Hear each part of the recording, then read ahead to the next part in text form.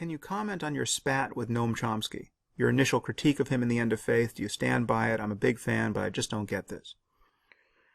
Well, I'm not aware of having a spat with him. He's actually taken a few shots at me online, but we've never met, and I'm not aware of him having read The End of Faith or having noticed what I've said about his politics. So to some degree, we could just be talking on parallel channels here. But I just think there is a kind of moral confusion expressed in his political writing which ignores intention as a basis upon which to evaluate certain human behavior. At the end of the day, he simply wants to use body count as the only metric to discuss the moral stature of two sides in a conflict.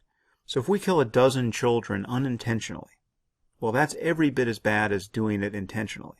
Okay, that, I think, is a bad way to look at human conflict. I think the people who are intending to kill children are different than the people who are intending to kill the people who are killing children and are accidentally killing children in the process. It's a huge difference. You have to ask yourself, what kind of world does any group or society want to create? How do they want the world to be? And what would they do if they had all the power? And when you ask that question, you get very different answers for specific groups, no matter how much misery and death is happening on both sides of a conflict. And when you look at World War II, it was just a horrific wastage of human life. But the difference between the Allies and the Nazis was absolutely categorical. What sort of world did the Third Reich want to create? Okay? And what did we want to create on our side? We did horrible things. The firebombing of Dresden, the atomic bombings of Hiroshima and Nagasaki.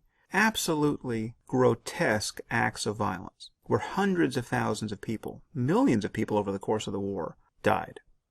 But what sort of world were we trying to build? What were our intentions with respect to the Germans and the Japanese, really? Well, you saw our intentions, because after the war, we did not murder everyone. We helped rebuild their societies. So we're not perfect, but we were different from the Nazis. So you can't just look to body count merely to judge the rightness or wrongness of human behavior. And Chomsky seems to discount intentions across the board and only look at body count. And if you do that in any given instance, you come away with a perverse description of what's happening in the world.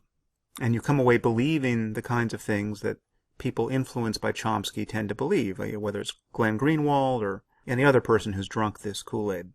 And you can end up saying things like, the United States is the greatest terrorist state in human history, right? Or some other such nonsense.